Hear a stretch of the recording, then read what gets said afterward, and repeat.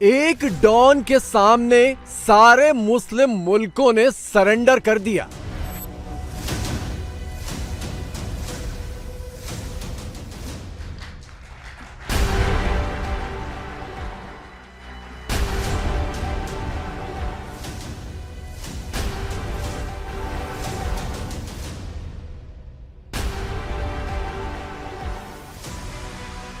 Don ने एक इशारा किया कि दस्तखत करो। सबने लाइन लगाकर एक के बाद एक धड़ाधड़ दस्तखत मार दिए।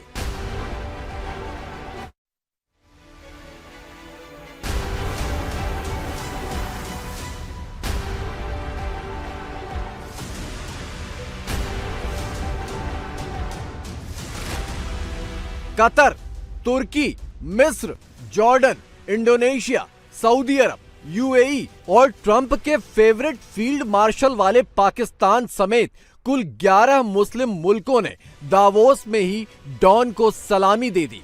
कई और अभी कतार में हैं। शहबाज शरीफ ने क्या कहा था? Beggars are not choosers.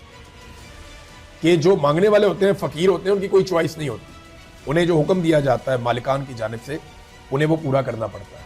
Turkey भी गेम खेल रहा है, वो कहता है मैं तो तैयार हूं। ये इसको पॉलिटिक्स। और एक्चुअली फैसला क्या होगा जो इजराइल और डोनाल्ड ट्रंप फैसला करते हैं वो होगा। हम बोर्ड ऑफ पीस में जाएं, हम इजराइल जाएं, आप हम पर एतबार करें, हमसे सवालात मत पूछें। तुम्हें कुछ पता है कि तुम लोगों के साथ होने क्या वाला है? बिकॉज अमेरिका तो ये चाहता है, इजराइल तो ये चाहता है, हिंदुस्तान तो ये चाहता है। तुम्हें कुछ पता है कि तुम लोगों के साथ होने क्या वाला है? बिकॉज अमेरिका तो ये चाहता है, इजराइल तो ये चाहता है, हिंदुस्तान तो ये चाहता है। वो करेगा और जिससे उसने करवाना है उससे वो करवाएगा। और जिन जिन लोगों ने वादे किए हुए हैं, जिन जिन लोगों ने अर्जियां डाली हुई हैं, उन्हें वो वादे पूरे करने पड़ेंगे। इंडिया की जो पॉलिसी है वो किसी के साथ इस तरीके से खड़ा नहीं होता। वो कहता है कि मैं खुद इंडिपेंडेंट हूं, मैं नहीं आपके साथ जाना। अच्छा, दैट्स अ डिफरेंस। जी, ये फर्क है भारत में और बाकी मुल्कों में। ट्रंप का न्योता भारत को भी आया था, लेकिन भारत ने ना तो दस्तखत किए, ना इस बोर्ड ऑफ पीस के तमाशे में शामिल हुआ। दूसरी तरफ न चू निकली न चटाक। उम्मते मुसलमा की नेतागिरी के बड़े बड़े दावे करने वाले देश हाथ बांधकर दावोस में खड़े हो गए। ये वो देश हैं जो इजराइल के खत्म हो जाने की मन्नतें मांगते थे। ये वो देश हैं जो फलस्तीन में इजराइल के एक्शन पर छाती पीटते थे। अब ये सब के सब फलस्तीन में वही करेंगे जो इजराइल कहेगा, क्योंकि डॉन का हुक्म है। खबर ये कि जी टाइम मांगा गया कि भाई हम अपने लोगों को क्या करें। तो देखे ना, अब पैसा तो चाहिए ना। जो मुस्लिम उम्मा है वो अब ये करेगी, मुसलमान जो है वो मुसलमानों से झूठ बोल रहे हैं, मुसलमान अवाम से कि जी हम ये करने जा रहे हैं, मुसलमान ये करने जा रहे हैं। उनका तो काफी चूरन बेचना है। आपको भी नई बात लग रही है? तो वक्त पड़ने पर वो जो है पतली गली से निकल जाते हैं। इस वक्त बात यह है कि आप कौन से मुसलमानों की बात कर रहे हैं। ये मुसलमान तो हमेशा से ही, आप देख लें, अरब कंट्रीज उठा लें, कितनी शहाना और कौन कौन सी ये लाइफ गुजारते हैं। और अपनी खवातीन को जो है उन्होंने अब जाके ड्राइविंग करने की इजाजत दी है। तो ये क्या ईरान में क्या हो रहा है? खवातीन के साथ क्या सलूक किया है?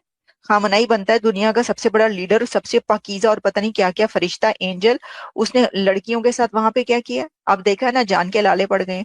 लेकिन लोग हैं यानी जिनको चूरन खिलाया जाता रहा है, जो अवाम है, वो तो ये समझते हैं ना, तो ये कहते हैं कि यहूद और नसारा, क्योंकि उनको सिखाया ही है, वो 100% ऐसे ही है कि वो कहेंगे हाँ है की हो रहा है।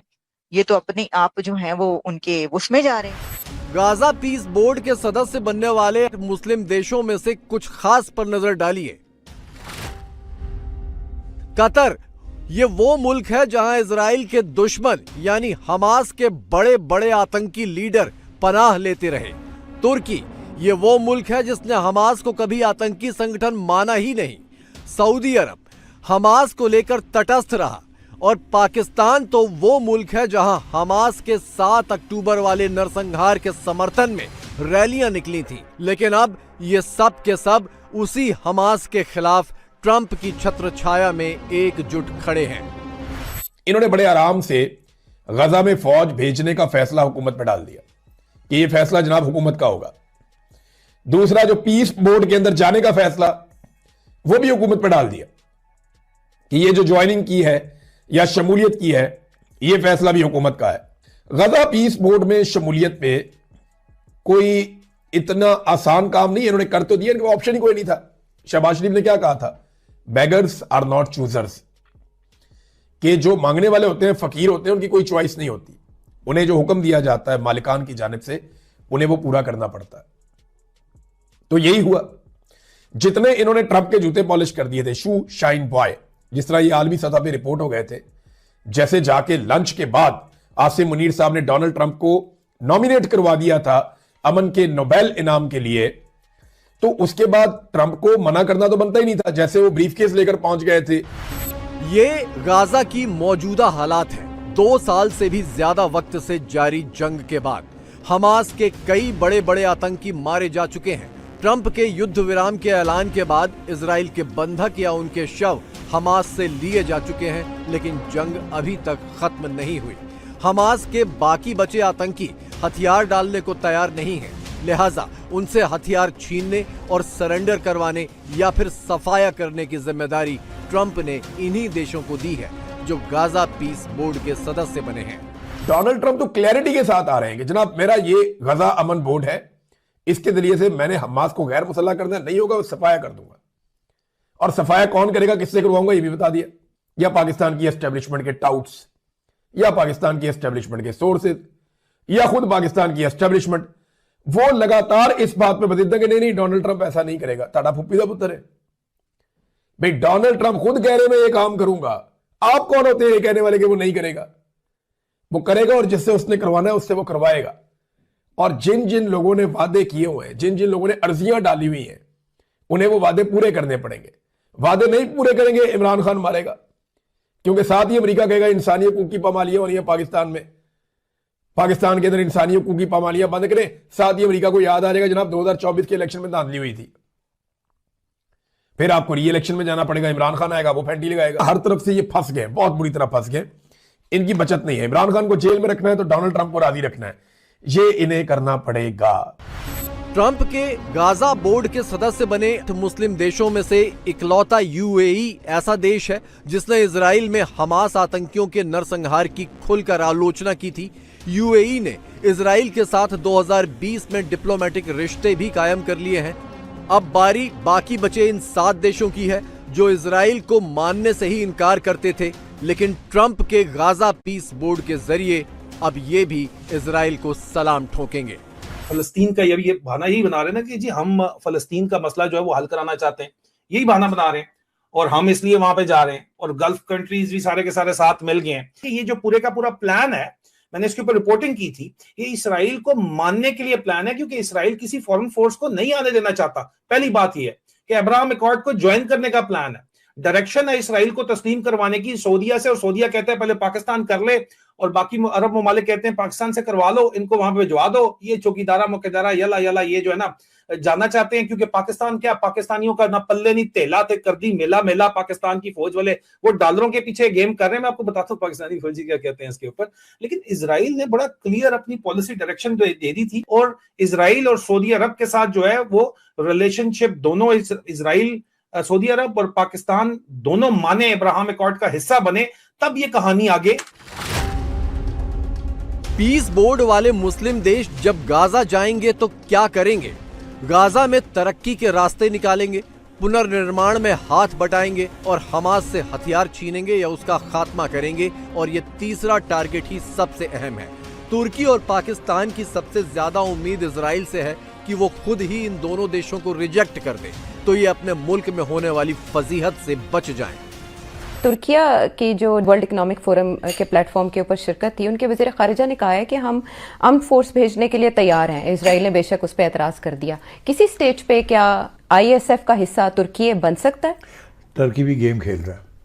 अच्छा, टर्की कभी फौज नहीं भेजेगा अगर टर्की को वहाँ हमास के साथ लड़ना पड़ा तो। टर्की को पता है कि इजराइल जो है उसको नहीं, उसकी फौज नहीं चाहता, इसलिए वो कहता है मैं तो तैयार हूँ। हाँ, उन्होंने कहा कि हम तो भेजने को तैयार हैं, हिस्सा बनने को। पॉलिटिक्स कि आप कहती है कि नहीं मुझे नहीं, यू आर नॉट एक्सेप्टेबल, मैं कहता हूँ मैं तो रेडी हूँ for the sake of peace, मैं तो तैयार हूँ जी। ठीक, तो मेरा ख्याल है इस किस्म की गेम्स चल रही हैं वहाँ। और एक्चुअली फैसला क्या होगा जो इजराइल और डोनाल्ड ट्रंप फैसला करते हैं वो होगा। ये जो बाकी बोर्ड मेंबर्स हैं इनको तो बुलाएंगे भी नहीं, बिकॉज इजरायली आर्मी जो है वो इन कंट्रोल होगी फुल, किसी के पास और कोई लेजिटिमेसी या कोई ऑटोनॉमी नहीं होगी। पाकिस्तान तो एक कदम आगे चल रहा है। वो मुल्क जहां हमास के आतंकियों की 50 रैलियां निकली थी, वहां अब फलस्तीन का झंडा उठाने पर भी लठ बजने लगे हैं। आका ट्रंप किसी भी सूरत खफा ना हो जाए, इसीलिए मुनीर के फौजी फलस्तीन का नाम लेने वाले एक एक शख्स की जुबान हाथ से पकड़ कर रखे हैं। ये पाकिस्तानी सांसद और कट्टरपंथी नेता मौलाना फजलुर रहमान है। ये कतर में हमास के आतंकियों से भाईचारा दिखाकर आए थे, तस्वीरें खिंचवाई थी और पूरे पाकिस्तान में वाहवाही लूटी थी। लेकिन अब जनरल मुनीर ने ट्रंप को वादा कर दिया है, तो देखिए विरोध जताने में मौलाना फजलुर रहमान कैसे मिमिया रहे हैं। जा रहे हैं वहां पर गजा में फलस्तीनियों को अमन देने, वहां माशी इस्तेहकाम देने, और अपने मुल्क का क्या हाल है? अपने मुल्क में 25 साल से खूनजदी हो रही है, इससे पीछे भी उसकी तारीख है, और जा रहे हैं वहां गजा पीस बोर्ड में शिरकत के लिए ताकि ट्रंप के आशीर्वाद हासिल की जा सके। हालांकि ये तो हकीकत है कि आज फौज के डर से पाकिस्तानी खामोश हों, लेकिन ट्रंप के आगे सजदा करने और फलस्तीन को धोखा देने का बहुत बुरा अंजाम जनरल मुनीर को भुगतना पड़ेगा। पाकिस्तान की कठमुल्ला आर्मी अंदर ही अंदर सुलग रही है, बस इस फिराक में है कि किसी तरह मुनीर के सिर से ट्रंप का हाथ हट जाए, अब इंतकाम लिया जाए।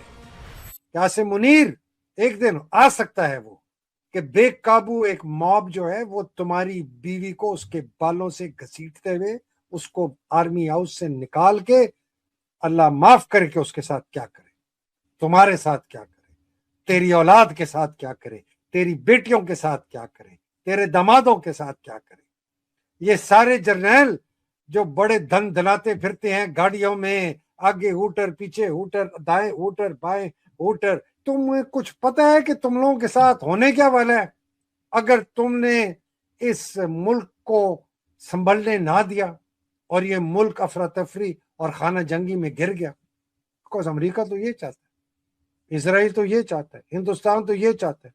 तुम समझते हो तुम्हारी टुटपंजी फौज तुम्हें बचाएगी? खौफ करो उस दिन से जिस दिन तुम्हारी माओ, बहनों, बेटियों, तुम्हारी औलाद तुम्हारे रिश्तेदारों के साथ एक बेकाबू मॉब वो करे जो किसी दुश्मन के साथ भी नहीं होना चाहिए। रिहाई, जोरे बाजू, उखाड़ दो, इन बुतों को तोड़ दो, इनकी गर्दनें उड़ा दो। ट्रंप के पीस बोर्ड वाली बैठक में सऊदी अरब के क्राउन प्रिंस मोहम्मद बिन सलमान या यूएई के प्रेसिडेंट मोहम्मद बिन जायद खुद मौजूद नहीं रहे, लेकिन अपने अपने प्रतिनिधियों के जरिए उन्होंने सदस्यता पर दस्तखत कर दिए। गाजा के हल को लेकर दोनों देश सहमत तो हैं, लेकिन तौर तरीकों को लेकर इनकी अलग अलग राय है। साथ ही यमन के विद्रोही गुट को लेकर इनकी आपस में भिड़ंत हो रही है, सो अलग, और अरब वर्ल्ड की लीडरशिप के लिए आपस में गुत्थम गुत्था है, सो भी अलग। लेकिन इन दोनों अरब शेखों के चक्कर में फंसकर जिसकी सबसे ज्यादा फजीहत हुई है वो है पाकिस्तान और जनरल मुनीर। इस वक्त जो तो आप अभी तो बड़ा ये वायरल हो रहा है इस तरह की तस्वीरें कि जनाब कौमी वकार चक लिया गया है, उठा लिया गया है, और जब आपके स्ट्रेटेजिक असासे जो हैं वो कैरी ऑन बैगेज बन जाते हैं तो इस तरह उठाए जाते हैं। ये सैटिरिकल पोस्ट इस तरह की अब तो चल रही है। अब इनको लगता है ना कि ये कर रहे हैं, ये लोग कर रहे हैं, ये बादशाह जो है, ये बादशाह ये कंट्रोल में है, और ये क्योंकि इनकी बादशाहतें बनाई बरतानवी साम्राज्य के बाद, अमेरिका ने वही एम्पायर टेक ओवर की है। बार बार जो पोस्टर बॉयज हैं आपकी पाकिस्तान की फौजी एस्टेब्लिशमेंट के GHQ के पहाड़े के ऊपर जो लोग बैठे हुए हैं वो इस वक्त लगे हुए हैं कि जनाब क्या बात है इसराइली फौज की, इसराइली फौज बड़ी एडवांस्ड फौज है। जनरल मुनीर के धोखे का यूएई ने जवाब भी दे दिया है। अपने प्रेसिडेंट के भारत दौरे के बाद यूएई ने अचानक पाकिस्तान पर फाइनेंशियल स्ट्राइक कर दी है। यूएई ने पाकिस्तान में अरबों डॉलर की निजीकरण डील से हाथ खींच लिए हैं। इस्लामाबाद एयरपोर्ट के ऑपरेशन और मेंटेनेंस से भी यूएई बाहर हो गया है। यूएई है वो एग्जिट कर गया है पाकिस्तान के एयरपोर्ट के अंदर से कुछ प्राइवेटाइजेशन हो रही थी और UAE is no more part of that. अब यूएई कहता है जी हम इसमें इंटरेस्टेड नहीं है। This is significant. Why? Because recently अगर आपको पता हो कि यूएई की जो लीडरशिप है उसने विजिट किया है इंडिया का, one thing. And the second most important thing is, जिस चीज को समझना चाहिए कि इस वक्त पाकिस्तान के जो फॉरेन मिनिस्टर है वो इस वक्त अबू धाबी पहुंचे हुए हैं। क्यों? क्या कन्विंस करने जा रहे हैं या ये कहने गए हैं कि जनाब यहां से बाहर ना निकले? गाजा पीस बोर्ड का पासा ट्रंप ने भारत के सामने भी फेंका था। अगर भारत इसमें शामिल होता तो भारत के लिए अरब देशों के अलग अलग गुटों के बीच संतुलन बनाने की बड़ी चुनौती आ जाती। ऐसी कोई भी स्थिति अरब देशों के साथ भारत के अलग अलग और स्वतंत्र संबंधों के लिए नुकसानदेह हो सकती थी। इन्होंने, इंडिया नहीं चाहता कि उसके सऊदी अरेबिया के साथ ताल्लुकात खराब हो। उनकी बहुत सारे वेस्टेड इंटरेस्ट हैं सऊदी अरेबिया के साथ भी, और इंडिया की जो पॉलिसी है वो किसी के साथ इस तरीके से खड़ा नहीं होता। वो कहता है कि मैं खुद इंडिपेंडेंट हूँ, I am not going to be part of a small block. आप लोगों ने आना है तो एक ब्लॉक बन के मेरे साथ आए, मगर मैं नहीं आपके साथ जाना। अच्छा, दैट्स अ डिफरेंस। इसमें कोई शक नहीं है कि इंडिया और इजराइल और ये एक ही सफ़े पे हैं ऑन मैनी इश्यूज, मगर इंडिया मिडिल ईस्ट के अंदर साइड्स नहीं लेगा। उसके बहुत स्ट्रॉन्ग वेस्टेड इंटरेस्ट हैं इन ऑल दीज कंट्रीज। वो किसी एक के साथ दूसरे के खिलाफ नहीं खड़ा होगा। शहबाज और मुनीर जो ट्रंप की मेहरबानी से आसमान में उछलने लगे थे, अपनी असल औकात भूल गए। सऊदी अरब और यूएई जैसे देशों के साथ अपने संबंधों को आग भी लगाई और अपनी ही जमीन पर अपने ही लोगों के बीच मुस्लिम उम्मा के गद्दार साबित हुए। सो अलग पाकिस्तान के फील्ड मार्शल और पाकिस्तान के वजीर आजम ने डोनाल्ड ट्रंप की है, और डोनाल्ड ट्रंप खुद इससे बहुत खुश हैं, बड़े राजी हैं वो इससे, और बड़ा इंजॉय कर रहे हैं इस सिनेरियो को। तो डोनाल्ड ट्रंप जैसे ताकतवर आदमी की इतनी खुशामद करने के बाद पीछे हटने का तो सवाल ही पैदा नहीं होता। आप तो पीछे हट ही नहीं सकते, वो तो आपको रोंद के रख देगा, आपकी तबीयत साफ कर देगा। इतनी सारी गारंटीज देते हैं तभी तो आपको मिलता है बहुत सारा कुछ, कभी एक्सटेंशन कभी इस्तिस्ना, वरना ये कैसे हो सकता है? और पाकिस्तान में आप ह्यूमन राइट्स की वायलेशन कर रहे हो, आपको पूरी दुनिया में पूछने वाला कोई ना हो, ये कैसे हो सकता है? लिहाजा इनके पास ऑप्शन कोई नहीं था। बेगर्स आर नॉट चूजर्स, ये बात सच साबित हुई। शहबाज शरीफ के पास कोई चॉइस नहीं थी सवाए इसके कि वो इसको कबूल करें। पाकिस्तान के लिए एक तरफ गाजा है तो दूसरी तरफ दूसरा गाजा है, यानी पीओके, जहां पर गाजा जैसे हालात पहले ही बन चुके हैं। मुनीर को समझ नहीं आ रहा कि वो ये गाजा समेटे या वो गाजा संभाले।